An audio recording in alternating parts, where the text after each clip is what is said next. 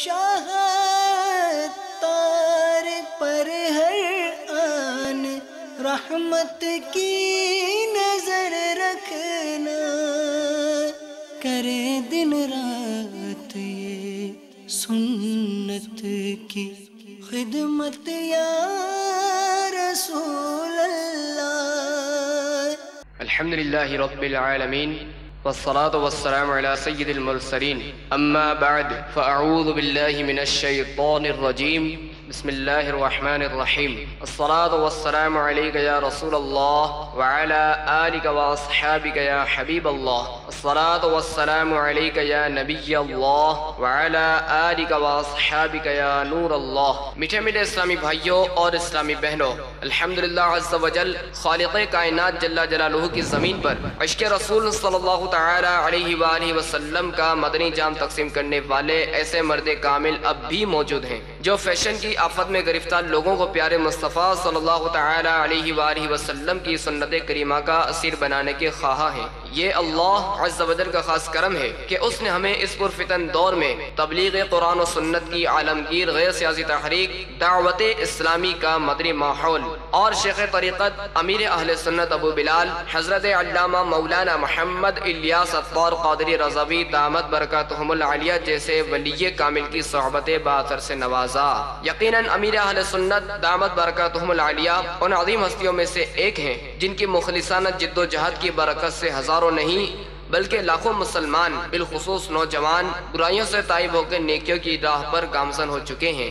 الحمدللہ عز و جل بلا مبالغہ امیر اہل سنت دامت برکاتہم العالیہ نے اپنے سنتوں پر بیانات کے ذریعے لاکھوں مسلمانوں کے دلوں میں مدنی انقلاب برپا کر دیا۔ الحمدللہ عز و جل مکتبۃ المدینہ ان بیانات کو آپ تک پہنچانے کی سعادت حاصل کر رہا ہے، لہذا تمام اسلامی بھائی اور اسلامی بہنیں اس بیان کو توجہ کے ساتھ سماعت فرمائیں۔ الحمدللہ رب العالمین والصلاة والسلام علی سید المرسلین، اما بعد فاعوذ باللہ من الشیطان الرجیم، بسم اللہ الرحمن الرحیم۔ الصلاة والسلام علیک یا رسول اللہ وعلى آلك وأصحابك يا حبيب الله، والصلاة والسلام عليك يا نبي الله وعلى آلك وأصحابك يا نور الله۔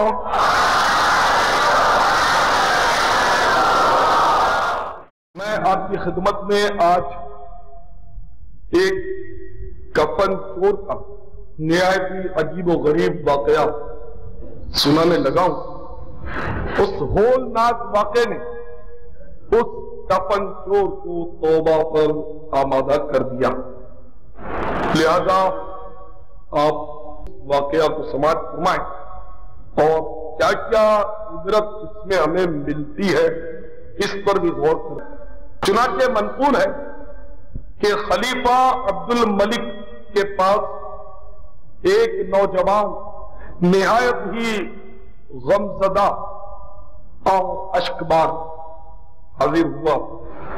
خلیفہ عبد الملک نے وجہ غم دریافت کی تو رو کر کہنے لگا، علی جان میں بہت سخت گناہگار ہوں اور میرے گناہوں نے مجھے غم زدہ کر دیا۔ خلیفہ عبد الملک نے کہا، کیا تیرے گناہ زمین و آسمان سے بھی بڑے ہیں؟ تو اس نے روتے ہوئے کہا، علی جا ایسا ہی ہے۔ اچھا، کیا تیرے گناہ لوح و قلم سے بھی بڑے ہیں؟ اس نے رو کر کہا کہ حضور ایسا ہی ہے۔ کیا تیرے گناہ عرش و کرسی سے بھی بڑے؟ وہ کانپتے ہوئے کہہ رہا ہے کہ حضور واقعی اس سے بھی بڑے۔ پھر عبد الملک نے اس سے کہا کہ کیا تیرے گناہ بڑے ہیں یا اللہ کی رحمت بڑی؟ اس پر وہ چیخ مار کر رونے لگا اور کہنے لگا، نہیں نہیں، اللہ کی رحمت بہت بڑی، میرے گناہ اس کی رحمت کے آگے کچھ بھی نہیں۔ پھر عبد الملک نے مزید سوال کیا، اچھا اب بتا بھی چکو کہ آخر ایسے کون سے گناہ تم سے صادر ہوئے، ایسا کون سا بڑا گناہ ہے جس نے تمہیں اتنا خوف زدہ کر دیا؟ تو وہ نوجوان کہنے لگا علی جان مجھے کہتے ہوئے بڑی شرم آتی ہے، لیکن میں اعتراف کیے دیتا ہوں کہ میں کفن چور ہوں، بلکہ میں کفن چور تھا۔ آج رات کفن چوری کرنے کی غرض سے میں نے قبروں کو جب کھودا، اس میں عجیب و غریب ہولناک مناظر میں نے دیکھے۔ ان ہولناک مناظر نے میرے دل پر چوٹ لگائی اور میں توبہ پر آمادہ ہوا۔ چنانچہ میں نے آج رات کفن چرانے کی غرض سے جب ایک قبر کو کھودا اور اس کی سلیں وغیرہ ہٹائیں تاکہ میں اس کا کفن نکال لوں، تو یہ دیکھ کر میں ہکا بکا رہ گیا کہ اس میت کا منہ جو تھا وہ قبلے سے پھرا ہوا تھا اور اس پر عذاب بھی مسلط تھا۔ مجھ پر خوف طاری ہوا اور میں بھاگنے لگا تو غیب سے ایک آواز آئی۔ حاطف غیبی نے مجھے پکار کر کہا کہ اس مردے سے تو دریافت کیوں نہیں کرتا کہ عذاب میں گرفتاری کی وجہ کیا ہے؟ تو میں نے اس حاطف سے جو نظر نہیں آتا میں نے کہا کہ مجھ میں اتنی سخت کہا کہ میں اس مردے سے پوچھوں۔ چنانچہ پھر آواز آئی کہ یہ شخص دراصل شرابی تھا اس لیے عذاب میں گرفتار ہے۔ پھر میں نے دوسری قبر کھودی تو کیا دیکھتا ہوں کہ مردہ بالکل خنزیر کی طرح ہو گیا، سور بن چکا، اور اس کی گردن میں بھی توق ہے، پھندا ہے، اور اس کے پاؤں بھی اور ہاتھ بھی بیڑیوں میں جکڑے ہوئے۔ یہ دیکھ کر مجھ پر لرزہ طاری ہوا اور میں بھاگ پڑا ہوا۔ پھر غیب سے ایک آواز آئی، میں چونک کر ٹھہر گیا۔ آواز آ رہی تھی کہ بھاگنے والے ذرا اس سے یہ پوچھ تو لے کہ آخر تیری یہ حالت کیوں ہوئی؟ تو میں نے کہا کہ مجھ میں اتنی جرت ہی نہیں کہ میں اس کو پوچھوں، مجھے خوف آ رہا۔ تو حاطف غیبی نے کہا کہ یہ سور بن جانے والا مردہ جھوٹ بولا کرتا تھا، جھوٹی قسمیں کھایا کرتا تھا، شراب پیتا تھا اور رزق حرام کھاتا تھا۔ پھر میں نے تیسری قبر کھودی تو ایک ہولناک منظر میری نگاہوں کے سامنے تھا۔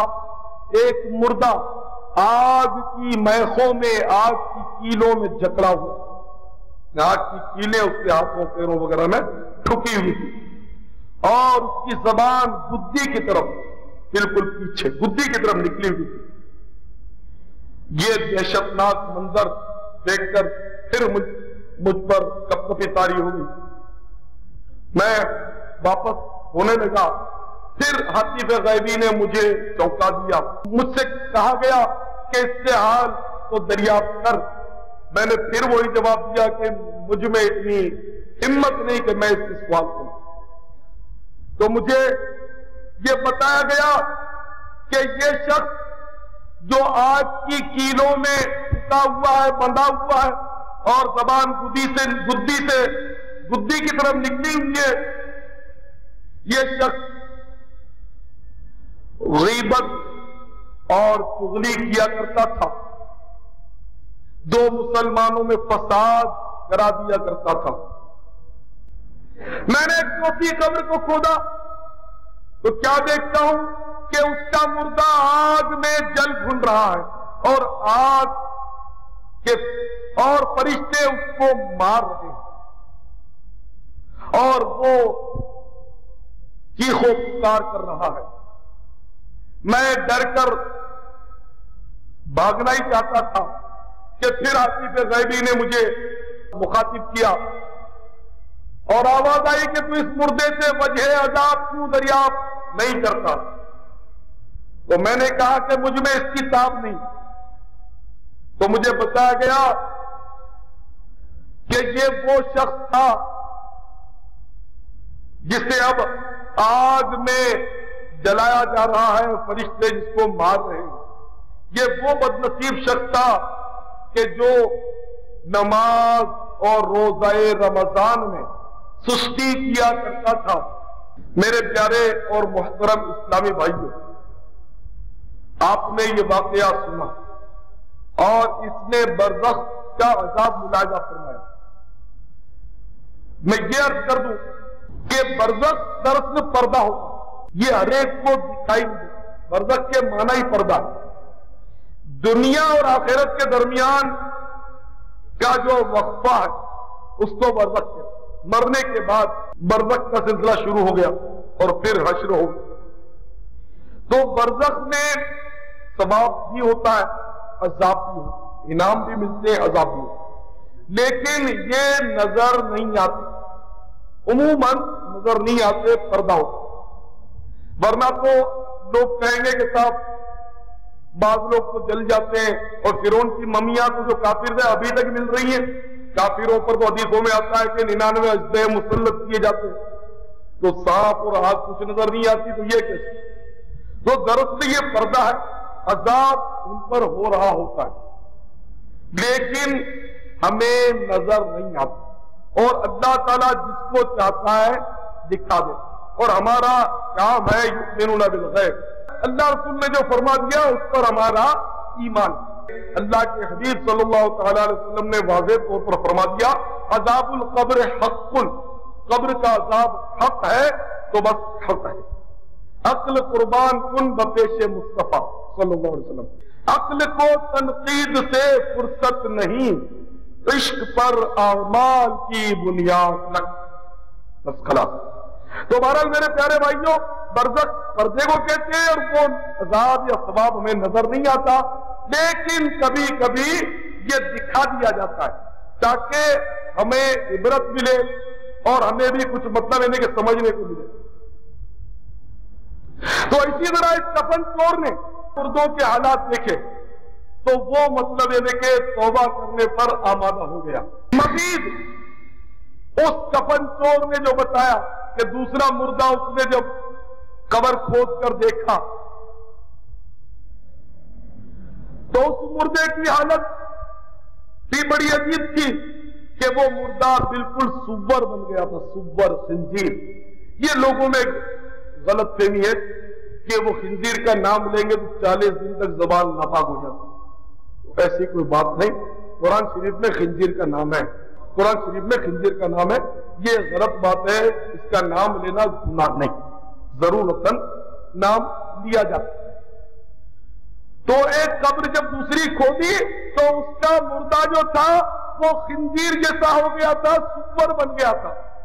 اور اسی پر اکتفا نہیں تھا بلکہ وہ تو مطلب ہے کہ گلے میں پھندا کہہ لیجئے, گلے میں اس کے پھندا تھا, توق تھا, اور ہاتھ پاؤں اس کے آنکھ کی بیڑیوں میں جکڑے ہوئے. اور یہ کون شخص تھا؟ جھوٹ بولا کرتا تھا, جھوٹی قسمیں کھایا کرتا تھا. اگر کوئی میرا بھائی شراب کا عادی یہاں بیٹھا ہے, اپنا انجام سوچ لے. آج تو کوئی کچھ نہیں کہتا. آج اگرچہ شراب اخباری لیول پر ممنوع ہی صحیح لیکن مل جاتی ہے. نہ میں اخبارات سے واسطہ, نہ ریڈیو سے واسطہ, نہ ٹی وی سے واسطہ. اللہ کے کلام نے شراب سے ممانعت کر دی. اللہ اور اس کے حبیب عز و جل صلی اللہ تعالی علیہ وسلم نے شراب کو حرام قرار دے دیا. وہ حرام, وہ جب سے حرام ہے, وہ تب سے حرام ہے جب سے کہہ دیا گیا. تو شراب حرام, اس میں نشہ آئے یا نہ آئے وہ حرام ہے. شراب کا ایک قطرہ بھی حرام ہے. تو میرے بھائیوں، شرابی کا انجام آپ نے دیکھا. تو اے شرابیوں، اے راشیوں، اے رشوت کا لین دین کرنے والوں، اے جھوٹ بول کر روزی کمانے والوں، اے ملاوٹ کرنے والوں، آج تو دودھ میں پانی ملانا بڑا آسان ہے، آج تو مسالے میں بھوسا ملانا بڑا آسان ہے، لیکن انجام آپ نے دیکھا. اگر اللہ ناراض ہو گیا تو ملاوٹ کرنے کی پاداش میں، ملاوٹ کرنے کے جرم کی پاداش میں، حرام روزی کمانے کے جرم کی پاداش میں سور بنا دیے جاؤ گے اگر اللہ ناراض ہو. اگر اللہ ناراض اور توبہ کی توفیق نہیں، اور پھر آگ کی زنجیریں اور بیڑیاں ہوں گی.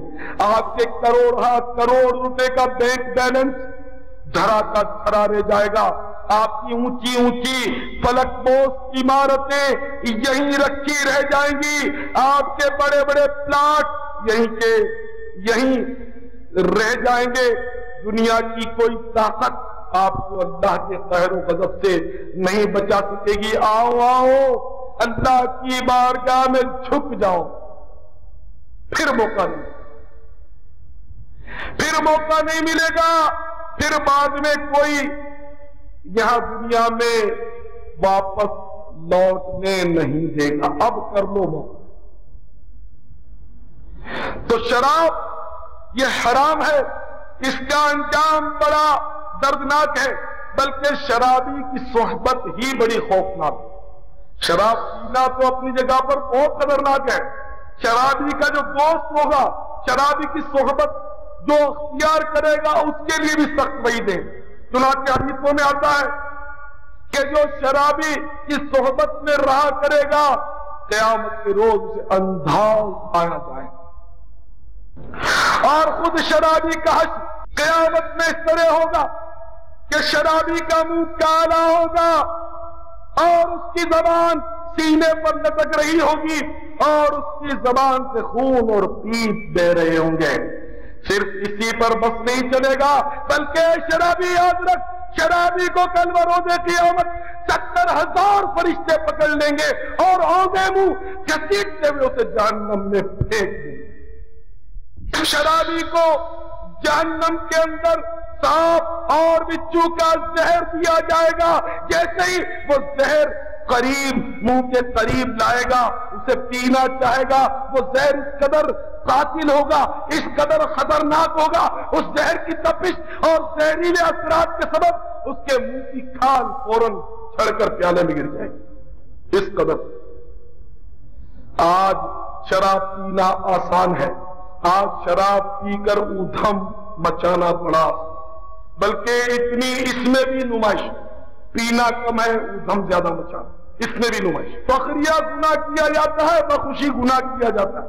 یاد رکھو کہ جو کوئی ہنستا ہوا گناہ کرے گا، جو کوئی ہنستا ہوا گناہ کرے گا، وہ روتا ہوا دوزخ میں داخل کیا جائے گا. اور دوزخ کیا ہے یہ بارہا آپ سنتے رہتے ہیں. آپ باہر نکل کر چاہے تو المکتبۃ المدینہ کے اسٹال سے ابھی تک نہیں خریدا تو جہنم کی تباہ کاریاں نامی کیسٹ خریدیں اور آپ سنیں جہنم کیا پتہ چلے. اگر دل میں خوف خدا ہوا، نیند آپ کی چڑھ جائے گی کہ واقعی ہم اس قدر غفلت کی نیند سو رہے ہیں، ہمیں پتہ ہی نہیں جہنم کیا ہے. یہ جہنم میں جائے، وہ جہنم میں جائے، جہنم میں گیا. ہم یہ کہتے ہیں کہ جہنم اتنی ہولناک جگہ کا نام. یہ تباہ کار جہنم اس قدر ہولناک ہے کہ کل بروز قیامت جب جہنم کو لایا جا رہا ہوگا تو اس کی 70,000 لگامیں ہوں گی اور ہر لگام کو 70,000 فرشتے کھینچ رہے ہوں اور اس کے شعلے بڑے بڑے محلات کی طرح اٹھ رہے ہوں. اور جہنم نیری سیاہ، اس میں اجالے کا نام تک نہیں، اور تپش اور سماجت کا یہ عالم ہے کہ حدیث پاک میں آتا ہے کہ جبریل امین نے بارگاہ رحمت للعالمین صلی اللہ علیہ وسلم نے عرض کیا، یا رسول اللہ، اگر جہنم کو سوئی کے ناکے کے برابر کھول دیا جائے تو اس کی تپش اور اس کی بدبو سے دنیا میں جتنے لوگ آباد ہیں، جتنی مخلوق ہے، وہ سب کے سب مر جائے. اتنی ہولناک، اس کی تپش اتنی خطرناک. حالانکہ ایک روایت کے مطابق جہنم ساتویں زمین کے بھی نیچے کروڑوں اربوں میل کا فاصلہ ہے. اربوں میل کا فاصلہ ہے جہنم میں اور ہمارے. اور ایسی اربوں میل دور جہنم کو اگر سوئی کی نوک کے برابر کھول دیا جائے تو ساری مخلوق مر جائے تو خود جو اس جہنم میں جائے گا اس کا حل کیا؟ آج پیو شراب، ہیروئن پیو، چرس پیو، لوٹ کھسوٹ کا بازار گرم کرو، خوب ملاوٹ کرو، کمانے کے دن ہیں. رمضان آیا، نیک لوگوں کے دل جھوم گئے کہ نیکیاں کمانے کا مہینہ آیا، خوب ثواب لوٹو. اور دنیا داروں کو بھی خوشی ہوئی کہ خوب کمانے کے دن آئے. جو دن کو کماتے تھے وہ اب رات کو بھی کماتے، خوب کماتے، خوب اشیاء کا بھاؤ بڑھاتے ہیں، ملاوٹ کرتے ہیں، کوئی چیز خالص نہیں دیتے. روزہ داروں سے ہمدردی کرتے ہیں تو زبانی ہمدردی کرتے ہیں، لیکن اندرونی طور پر خوب لوٹ مچھتے. سب ایسا نہیں کرتے، لیکن یہ تو آپ کو پتا ہے کہ اکثریت بدقسمتی سے اس وقت لوٹ مار جیسے کسی کو مرنا ہی نہیں. یاد رکھو اچانک موت آئے گی، تمہیں نہیں چھوڑے گی، کسی کو نہیں. بے چینی میں کروٹیں بدلتے رہ جاؤ گے اور تیاری ہوگی کہ اب اس کو اٹھاؤ. ایک عجیب واقعہ ہوا. ایک ہمارا دوست ہے بیچارہ، پچھلے دنوں بس 3-4 روز ہوئے اس واقعے کو، 3-4 روز. اس کے والد کا انتقال ہوا. وہ مجھے قبرستان میں مل گیا. اس طرح مل گیا کہ کل اس کے والد کا انتقال ہوا تھا، اس طرح وہ مجھے ملا. یہ غالباً ملا مجھے منگل کو مغرب سے پہلے پیر کو اس کے والد کا غالباً انتقال ہوا، اسی پیر. تو میں نے پوچھا یار تم نے امامہ نہیں باندھا؟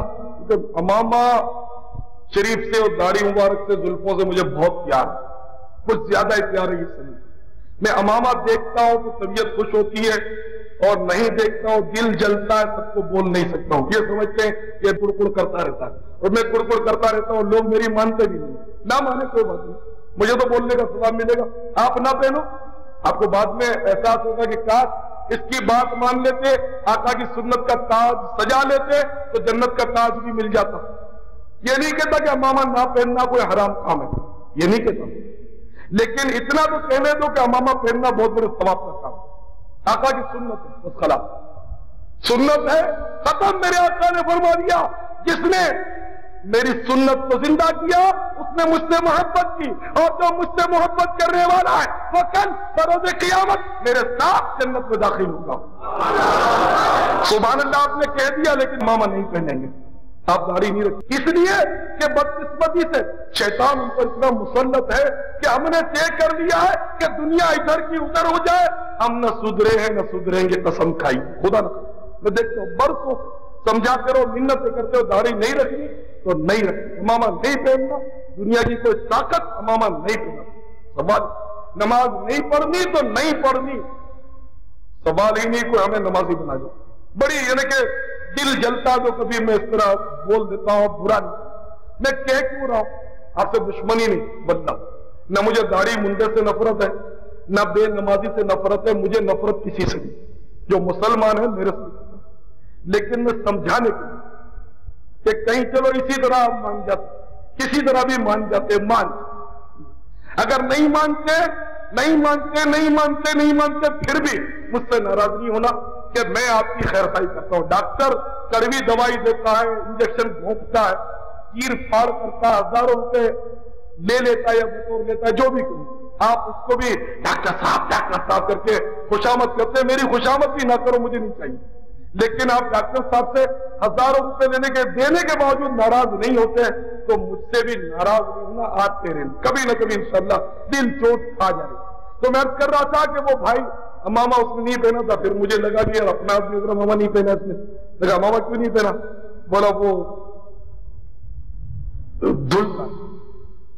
اب یہ ایک امامے کی اہمیت اگر زیادہ ہو تو 1 سے 2 امامے ہوتے،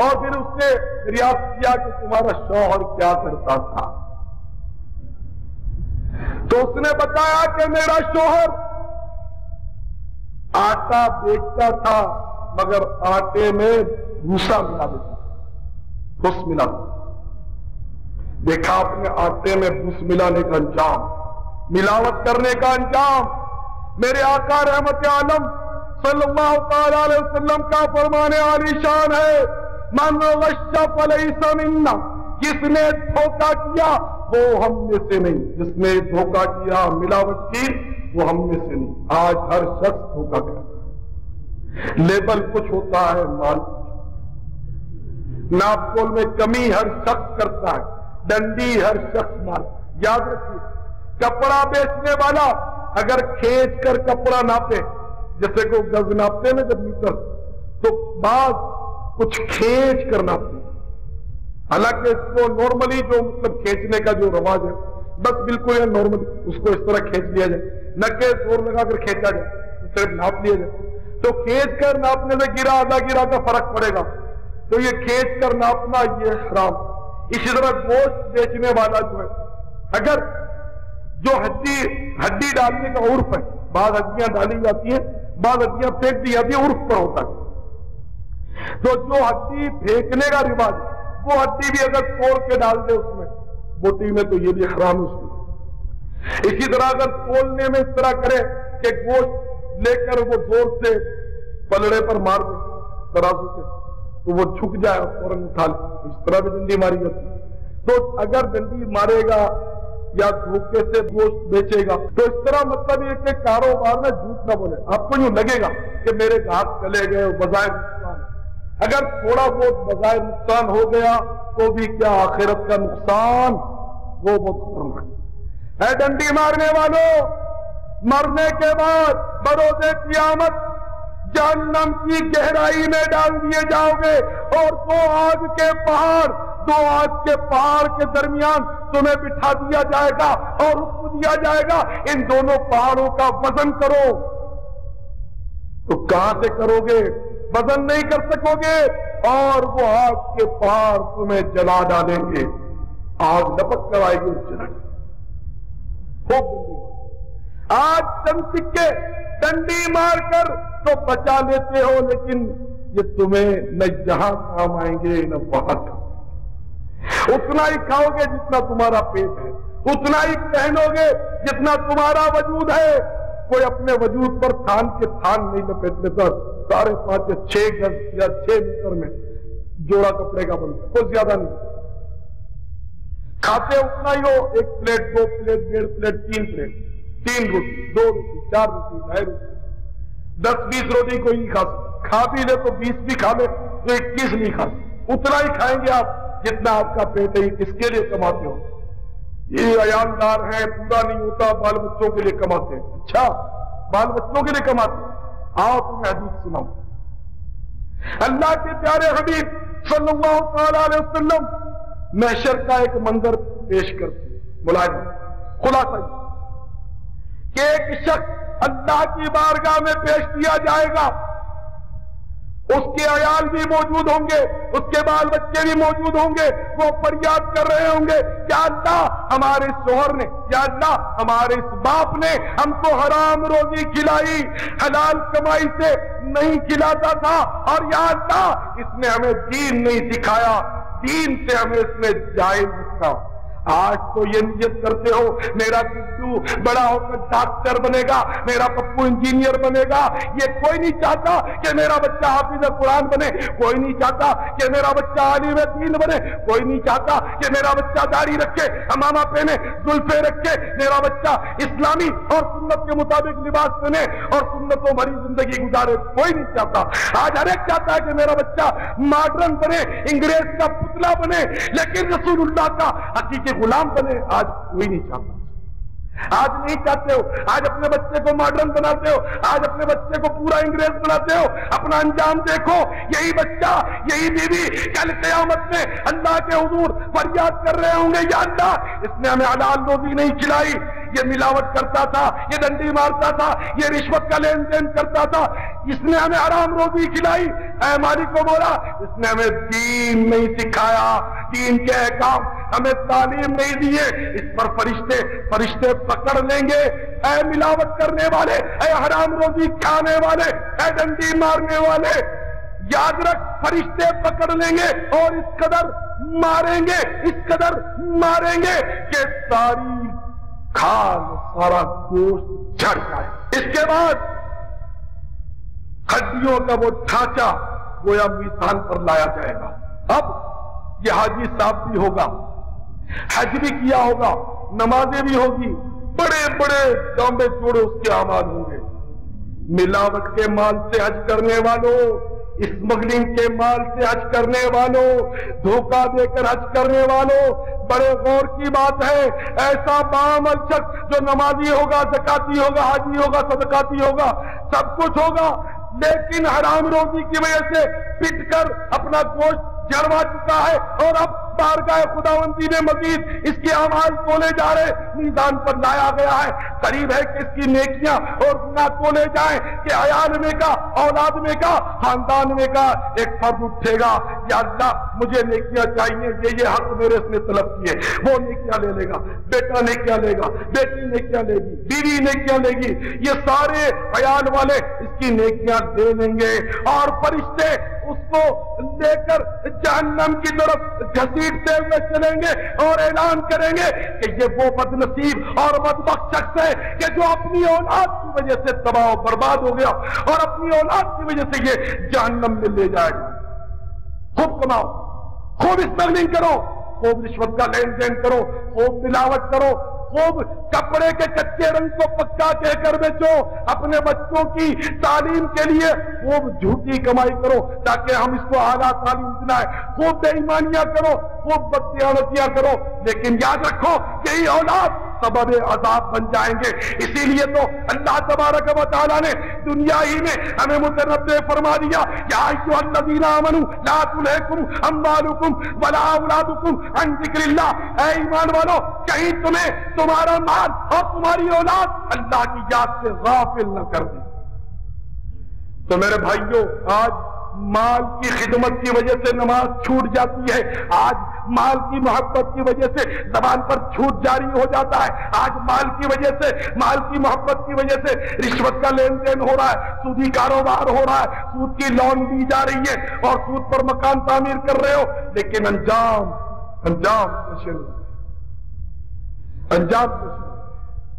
اے اللہ ہمیں رزق حرام سے بچا اور رزق حلال۔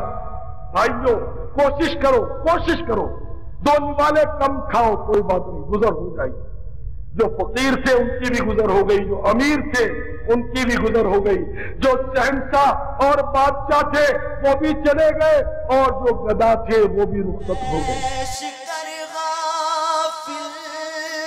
تو آرام کر، مال حاصل کرنا پیدا نام کر، یاد حق دنیا میں صبح و شام کر، جس لیے آیا ہے تو وہ کام کر، ایک دن مرنا ہے آخر موت ہے، کر لے جو کرنا ہے آخر موت ہے یہ لطف و عیش دنیا چند روز ہے، یہ دورے جام و مینا چند روز، دار فانی میں رہنا چند روز، اب تو کر لے کار عقبہ چند روز، ایک دن مرنا ہے آخر موت ہے، کر لے جو کرنا ہے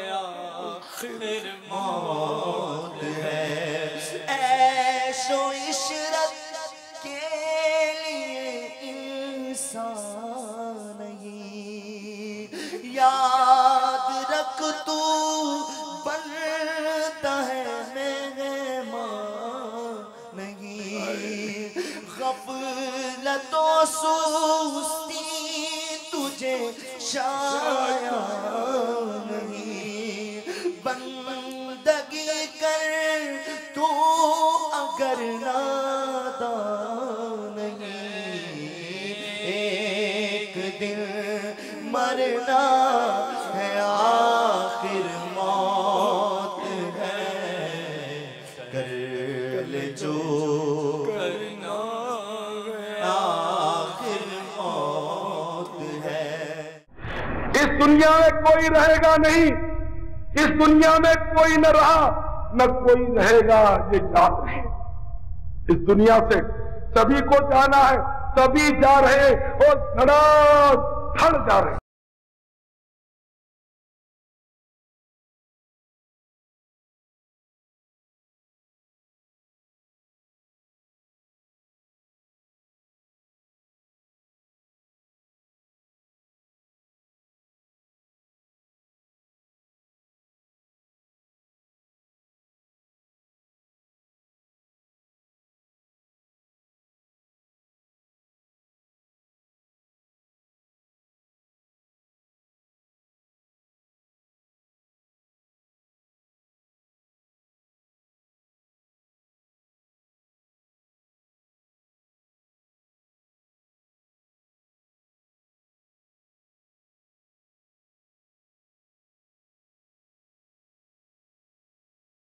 دنوں اخبار میں آیا تھا کہ خالی اس دنیا میں خالی ہارٹ فیل کی وجہ سے سال میں 4.5 لاکھ آدمی مرتے، 4.5 لاکھ، اور حادثوں میں اور پتہ نہیں کتنے اور کیسے کیسے موقع پر۔ انڈیا میں ایک بارات جا رہی تھی، ایک بارات مسلمانوں کی بارات تھی، بدقسمتی دیکھیے ہماری مسلمانوں کی بارات تھی، اور بارات کی تو بارات میں تو آپ کو پتا ہے ڈھول ڈھمکے کے بغیر تو شادی ہوتی نہیں، شادی میٹھی سنت ہے، چاہے کتنے حرام کام اس میں کرنے پڑ رہے ہوں تو کرنے ہی، شادی سنت، اس میں کوئی شک نہیں کہ شادی سنت ہے، لیکن سنت کو سنت کے مطابق اگر ادا کیا جائے پھر مزہ ہے۔ تو میرے پیارے صاحب بھائیوں، بارات جا رہی تھی اور وہ بارات کا جو ڈرائیور تھا وہ کیسٹ بدل رہا تھا، گانے بجتے ہیں بسوں میں، وہ لکھا ہے کہ وہ گانے کی کیسٹ بدل رہا تھا، اسٹیئرنگ پر اس کا قابو نہیں رہا اور وہ بس بے قابو ہو کر کھائے میں گہرے گڑے میں جا پڑی۔ 130 باراتی مر گئے، پتہ نہیں وہ کتنی بڑی بس ہوگی یا 2-4 ساتھی گری ہوں گی، تو بہرحال کہ 130 بارات۔ ابھی سواد کی خبر تھی پچھلے دنوں کہ ایک دولہا، شادی کا دولہا، بارات جا رہی تھی، ہوائی فائر آج کل تو آپ کو پتا ہے، ہوائی فائر بالکل فضول، اور کتنی پابندیاں سہیں۔ خیر وہ کلاشنکوف سے فائرنگ کر رہے تھے، وہ دولہے میاں کو بھی دوستوں نے دیا کہ ایک آدھ فائر تم بھی کر ڈالو، ایک آدھ فائر تم بھی کر ڈالو۔ تو خان کے ہاتھ میں بیچارے کے وہ کلاشنکوف جی تاکہ یہ بھی فائرنگ کرے، تو کلاشنکوف سنبھالے اس سے پہلے وہ دوست جو سمجھا رہا تھا تو وہ ہاتھ زیادہ دب گیا، تو وہ اس میں سے مطلب کہ گولیاں چل گئی۔ کلاشنکوف نے تو سنا ہے کئی گولیاں ایک ساتھ چلتی ہیں، واللہ عنہ۔ تو وہ بہرحال یہ کہ اسی کلاشنکوف کی گولی سے وہ دولہا اسی وقت ہلاک ہو گیا، مر گیا۔ لیکن موت، شادی جو تھی وہ ماتم میں بدل، آج نہیں تو کل موت آئے گی، شادی میں نہیں آئے گی تو کسی کے میت میں جا رہے ہیں تو موت آئے گی۔ کئی بار ایسا بھی اخبار میں آتا ہے وہ جنازہ لے کر جا رہے تھے تو صاحب وہ مسئولت گئی تو کئی مطلب سوگوار تھے وہ بھی بیچارے مردہ بن گئے، تو جنازوں میں وہ بھی تبدیل ہو۔ کئی اخبار میں آتا ہے کہ وہ جنازے میں شرکت کے لیے آئے تھے تو ان کی لاش پھر لے جانی پڑی، یہ بھی ہوتا ہے۔ تو بہرحال یہ کہ دھڑا دھڑ موت آ رہی ہے، اور اب تو آپ دیکھ ہی رہے کہ گردن توڑ بخار جس کی دیکھنی ہے گردن پکڑ لے گی، جس کو دیکھا بیچارہ گردن توڑ بخار میں مر جاتا ہے۔ ماں باپ کہتے ہیں یہ تیری عمر ہے کہ تو مطلب اس طرح نمازی بن گیا، داڑھی رکھ لی، تو یہ گردن توڑ بخار تو چھوٹا عمر زیادہ حملہ کرتا ہے، لڑکوں کو ہی لے جاتا، کئی لڑکے نوجوان، تو عمر کا کیا 2 سال کی عمر میں مرتا ہے بندہ، 12 سال کی عمر میں مرتا ہے، 15 سال کی عمر میں مرتا ہے، تو جلدی ہی کرنا ہے، دیر نہیں کرنا۔ پہلے کی مائیں بہت اچھی ہیں، آج کل تو مائیں نہ نفل اگر فرض پڑھنے بھی تھے نفل نہیں پڑھنے دیتی. تو رات کو اٹھ کے تہجد پڑھتا ہے پاگل ہو جائے گا. تو تسبیح لے کر یہ پڑھتا رہتا درود شریف تو پاگل ہو جائے گا. مایوس ارے تو مرید بن جائے گا کسی کا تو پاگل ہو جائے گا. فلاں مرید بنا تھا پیر صاحب نے وظیفہ دے دیا پاگل ہو. اب تو یہ سوچ ویسے جتنے پاگل خانے بھرے ہوئے سارے مریدوں سے بھرے ہوئے, شاید تہجد گزاروں سے پاگل خانے بھرے ہوئے. جتنے پاگل پتھر برساتے ہیں گلیوں سڑکوں میں یہ سارے تہجد گزار تھے. یعنی کیسی سوچ, عجیب سوچ بنی. تو بہرحال میرے پیارے اسلامی بھائیوں, میں عرض کر رہا تھا کہ ہر عمر میں انسان اس دنیا سے چاہتا ہے تو ہمیں بھی بس تیاری کرنی ہے. اور آج ہمارا آج تو چوری اور سینہ زوری. آج اگر کسی کو گناہ سے روکو تو اپن جیسا برا کوئی نہیں کہ ہم نے کیوں اس کو کہہ دیا کہ تجھے گناہ کیوں کرے. اگر کسی کو کہہ دو نا کہ داڑھی منڈانا حرام ہے بگڑ جاتا, تو اب نہیں بگڑتے یہاں پر. ویسے اگر کسی کو کہہ کے دیکھو یہ تم نے جو داڑھی منڈائی یہ حرام ہے تو پھر دیکھو تماشا. میں ایک صحیح کر رہا ہوں اسی لیے کہ حالات پر اندھے کو اندھا کر دو اس کی پھر جائے گی. تو یہ کہ اگر داڑھی منڈے کو اگر کہہ دو کہ تو حرام کرتا ہے تو پھر جائے گی. ابھی پتہ نہیں کتنے پیچو صاحب کھا رہے ہو جو شاید پہلی بار آئے ہو. تو ہاں بھائی داڑھی منڈانا حرام ہے. اپنے گھر کی بات نہیں کر, شریعت کو سمجھ داڑھی منڈانا حرام ہے کم از کم ایک ہی ہے نا یہ بات ہی. تو بہرحال میرے پیارے بھائیوں گناہ کر کے ہم لوگ بالکل ڈرتے نہیں لرزتے نہیں احساس بھی نہیں. تو پیارے بھائیوں میں کر رہا تھا کہ دوسری قبر جب کھودی گئی تو اس میں جو مردہ تھا وہ سور بنا ہوا تھا اور وہ زنجیروں میں جکڑا ہوا تھا اور اس کے عذاب کی وجہ حرام روزی کماتا. اس کا اپنے عذاب بنا لاتا. اور تیسری قبر جب کھودی گئی تو تیسری قبر کا جو مردہ تھا وہ آگ کی میخوں میں باندھا ہوا تھا, ٹھکی ہوئی تھی اس میں آگ کی کیلیں اور اس کی زبان گدی کے پیچھے نکلی ہوئی تھی. اس قدر کریہ صورت اور خوفناک شکل پر وہ متشکل تھا اور سخت عذاب میں گرفتار تھا اور غیبت بھی کیا کرتا تھا, چغل خور بھی تھا اور فسادی تھا, جو مسلمانوں کو ڈروا دیا کرتا تھا. تو غور کیجئے اے دوسروں کا مال دبانے والوں, قرضہ بھلا دینے والوں, آج قرضہ جب لینا ہوتا ہے تو ہم اس کے گھر کا طواف کرتے ہیں کہ بھائی قرضہ دے دے, خدا کی قسم کر دوں گا نہیں کر دوں گا, میری بیسی کھلے گی پہلے تجھے دے دوں گا, میں تجھے دودھ میں دھو کر دے جاؤں. جب قرضہ لینا ہوتا ہے خوب منتیں کرتے ہو.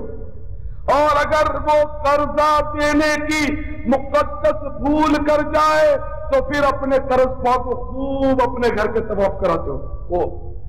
کل آ جا, پرسوں آ جا, شام کو آ جا, صبح آ جا, نرسوں آ جا, پہلی تاریخ کو, اگلے سال, پچھلے سال خوب اس کو پھیرے دیتے. کتنا بڑا ظلم. حالانکہ جس نے ہمیں قرضہ دیا یقین مانے اس نے ہم پر احسان کیا نہیں کہ ہمیں مطلب یعنی کہ اس نے آرے وقت قرضہ دے کر ہماری مدد کی. اس غریب نے قرضہ دیا, ہم پر احسان کیا اور آج ہم اس کو ٹلے دے رہے اور پھیرے کروا رہے اپنے گھر کے. اور میں تو کہتا ہوں جو قرضہ دے نا ہمیں اس کو یہ کہنا کہ تو فلاں دن آ کے لے جانا قرضہ, میرے نزدیک تو یہ بھی احسان فراموشی. کیا خیال ہے؟ جو احسان کرے اس کا شکریہ تو چل کر ادا کرنا چاہیے نہ کہ وہ غریب قرضہ دے ہم پر احسان کرے اب اس کو ہم گھر کے پھیرے دیں, اس کو بیچارے کو چکرے کریں. بلکہ ہونا یہی چاہیے واقعی کہ جو قرضہ دے اور جو تاریخ طے ہوئی اسی تاریخ پر اس کے گھر جا کر شکریہ کے ساتھ اس کو وہ قرضہ بھی لوٹا دیا جائے, ہو سکے تو کچھ تحفہ بھی دیا جائے. اگر پہلے سے طے ہوا تو سود ہو جائے گا, لیکن طے تو نہیں ہوا نا. ایسے میں ایک مشورہ دے رہا ہوں, اس نے بیچارے نے اتنا احسان کیا تو تھوڑا سا تحفہ دے دیا جائے. اگر اس نے 1000 روپے دیے تو 1000 اور 1 روپیہ اوپر دے دیا جائے, اپنی مرضی. اگر پہلے سے طے ہوا کہ 1 مہینے کے بعد 1000 اور 1 دوں گا اس کے بدلے تو سود ہو گیا, یہ تو حرام ہے. لیکن بغیر طے کیا 1000 کے آپ 99,000 ڈال کر لاکھ کر کے دے دیں, خیر اتنے بھولے والے آپ نہیں ہیں. لیکن ایک بات کر رہا ہوں کہ اگر بالفرض زیادہ دے بھی دے تو یہ جائز, بلکہ یہ اچھا ہے کہ اس کا دل خوش ہو جائے. تو یاد رکھیے اگر ہم نے قرضہ لے لیا کسی سے, سیدنا امام محمد غزالی رحمت اللہ تعالیٰ علیہ فرماتے ہیں ہم نے اگر کسی کا قرضہ لے لیا اور اب ہم دینے پر قادر ہیں کہ ہم دے سکتے، ہمارے پاس رقم ہے، اچھا چلو رقم نہیں ہے تو ہمارے پاس اتنا مال ہے کہ ان کو بیچ باچ کر ہم رقم اکٹھی کر کے قرضہ چکا سکتے ہیں، جب بھی ہمیں قرضہ چکانا پڑے گا۔ ورنہ یاد رکھیے قدرت رکھنے کے باوجود اگر قرضہ نہیں چکائیں گے تو ہم جتنی دیر کر رہے ہیں نا، ہر وقت چاہے سوئے ہوں جاگ رہے ہیں، گناہوں کا میٹر چلتا رہے گا، یہ کسی کو نہیں پتا ہوگا۔ سبھی قرضہ لے کر بس بالکل ہڑپ کر کے بیٹھ جاتے ہیں، یہ تو کسی میں ضرورت نہیں، کسی کو نہیں پڑی کہ جس سے قرضہ لیا اس کو جا کر دے آئے، جب مرضی ہو لے جانا، فلاں دن آ جانا، پھر بھی اس کو ترخواہ دے، یہ حال ہے۔ بلکہ میں سمجھتا ہوں تاریخ ہو گئی اور ہم اگر نہیں دے پاتے، جب بھی ہو سکے تو اسی کے پاس چلا جانا چاہیے اور معذرت کر کے تھوڑا اور مہلت لے لینی چاہیے، یہ بھی ایک سلیقے کی بات ہے۔ لیکن آج تو بس حالت یہ ہے کہ کوئی دے کر ہمیں دینے کی بھول کر جائے، بس پھر ہم دیکھتے ہیں کیسے وصول کرتا ہے، اگر ماں نے دودھ پلائے تو وصول کر کے دکھائے، بہت بری حالت، بہت بری حالت۔ یہ کاروباری لوگ تقریباً 99.99 جتنے بھی کاروبار عموماً سب کی بات ہے، کیونکہ مجھے بھی کاروبار کرنا، یہ سپلائر میں بھی کبھی رہا ہوں، بڑی محنت مزدوری میں نے بھی کی، مجھے پتا ہے کیسے تم لیتے، کیسے بلا دیتے، کئی لوگ کھا کر بیٹھ گئے پیسے، ہوتا ہے۔ تو یہ کہ مطلب یہ بڑی انہیں گولیاں دیتے ہیں ہماری آج کی اصطلاح میں، وہ آج چلے گئے جیسے کیا یار صبح آ گئے بونی کے دن پر، شام کو آنا، جب شام کو گئے وہ بولتے ہیں وہ کیا یار تم نے اتنی دیر لگا دی، ابھی تو بانٹ کر بیٹھا ہوں، تو یار اب پرسوں اس طرح وہ دھکے چلاتے چکرے میں۔ تو میرے بھائیوں اس طرح کاروبار نہیں ہوتا، اور اس طرح مطلب اگلے کا مال دبا کر دل دکھا کر دنیا میں چلو ہم دو پیسے دیکھ کر راضی ہو بھی گئے، آخرت کا معاملہ بڑا خطرناک ہو جائے، بہت۔ اللہ ہمارے حال پر رحم۔ اسی طرح غیبت، چغلی اور دو آدمیوں میں لڑانے والے کا انجام بھی آپ نے دیکھا نا، کہ اس کا بھی حال یہ ہے کہ آگ کی میخوں سے اس کو جکڑ دیا جائے گا اور اس کی گدی سے زبان باہر نکل جائے گی پچھلے حصے، کتنا خوفناک عذاب۔ اور دو آدمیوں کو لڑا ہے تو آپ اب عام ہوں گے میرے بھائیوں، یہ سب جہنم میں لے جانے والے کام۔ اس طرح مطلب یہ کہ نہیں ہونا چاہیے، ہم چاہے دنیا کی کوئی زبان کسی نسل سے تعلق رکھتے ہوں، ہم نے رسول عربی صلی اللہ تعالی علیہ وسلم کا کلمہ پڑھ لیا، عربی آقا کے غلام ہو گئے، ہمارے تمام نسلی امتیازات ختم، ہم مسلمان۔ اللہ مسلمانوں کو عقل دے۔ اسی طرح چوتھی قبر میں مردہ آگ سے جل رہا تھا اور اس کو فرشتے مار رہے تھے اور وہ چلا رہا تھا۔ اس کا عذاب یہ تھا کہ وہ نماز اور روزہ رمضان میں سستی کیا کرتا تھا اور جھوٹ بولتا تھا، جھوٹی قسمیں کھاتا تھا، تو یہ انجام آپ نے دیکھا۔ آج تو بھائی روزہ رکھتے ہیں تو سنا ہے ٹائم رک جاتا ہے، پاس نہیں رکتا، تو یہ آپ لوگ ٹائم پاس کرنے کے لیے شطرنج کھیلتے ہیں، تاش کھیلتے ہیں، لوڈو کھیلتے ہیں، ویڈیو گیمز کھیلتے ہیں، ٹیبل فٹ بال کھیلتے ہیں، ٹیپ ریکارڈر پر گانے سنتے ہیں، VCR پر فلم، ٹائم پاس۔ مسلمان کھیلنے کودنے کے لیے نہیں آیا، بلکہ مسلمان کائے کے لیے آیا ہے۔ قرآن صاف اعلان کر رہا ہے، ہم نے موت اور زندگی کو اس لیے بنایا تاکہ ہم تمہیں آزمائیں کہ تم میں سے کون اچھے عمل کرتا ہے۔ ارشاد فرمایا، کیا تم یہ سمجھ بیٹھے ہو کہ ہم نے تمہیں ایسے ہی بیکار بنا دیا؟ کیا تم ہماری طرف لوٹ آئے نہیں جاؤ گے؟ قرآن نے صاف اعلان فرمایا، وَمَا خَلَقْتُ الْجِنَّ وَالْإِنسَ إِلَّا لِيَعْبُدُونَ، اور ہم نے جنوں اور انسانوں کو صرف اپنی عبادت کے لیے پیدا کیا ہے۔ جگہ جگہ قرآن نے ہمیں متنبہ کیا، اے اللہ ہمارے حال زار پر رحم فرما۔ صلو علی الحبیب صلی اللہ تعالی علیہ۔ تصور اپنی قوم کا دل سے مٹا ڈالا، نبی کا عشق دیکھ کر سب کو یکجا کر دیا دیکھو، نبی کا عشق دیکھ کر سب کو یکجا کر دیا دیکھو، اجالا ہی اجالا ہی اجالا کر دیا دیکھو۔ اس ملک کا یہ دستور تھا کہ یہ سال بھر کے لیے بادشاہ بناتے تھے۔ جو ان کو شہر کے دروازے پر سال پورا ہونے پر جو پہلا آدمی ملتا تھا اس کو بولتے تھے تو ہمارا بادشاہ۔ جب سال پورا ہو جاتا نا تو اس کو دور ویرانے میں چھوڑاتے۔ پہلے کالے پانی کی سزا ہوتی تھی، اب وہ شاید نہیں ہے، یہ سنا ہوا کالے پانی کی سزا، لیکن کیا ہوتا ہے یہ نہیں پتا ہوگا شاید سب کو۔ یہ جزیرہ انڈیمان کوئی جزیرہ ہے سمندر کے بیچ میں، تو وہاں چھوڑ آتے تھے تو وہ رول رول کے بھوکا پیاسا مر جاتا تھا۔ یہ کالے پانی کی سزا اس کو بولتے ہیں، تنہا اکیلا چھوڑاتے تھے۔ لیکن وہ من گھڑت حکایت۔ اب یہ بادشاہ کی ترکیب اس طرح کہ اب سال پورا ہوا تو لوگ گئے اپنا بادشاہ دیکھنے کے لیے۔ ایک آدمی وہاں سے گزرا، سب سے پہلے صبح اس کو پکڑ لیا کہ تو ہمارا بادشاہ، اس کو بنا دیا بادشاہ۔ تو بتا دے سال بھر ہے ایک طرح وہاں چھوڑائیں گے۔ یہ بہت سمجھدار آدمی تھا، یہاں پتا تھا نا اس کو وہاں چھوڑائیں گے۔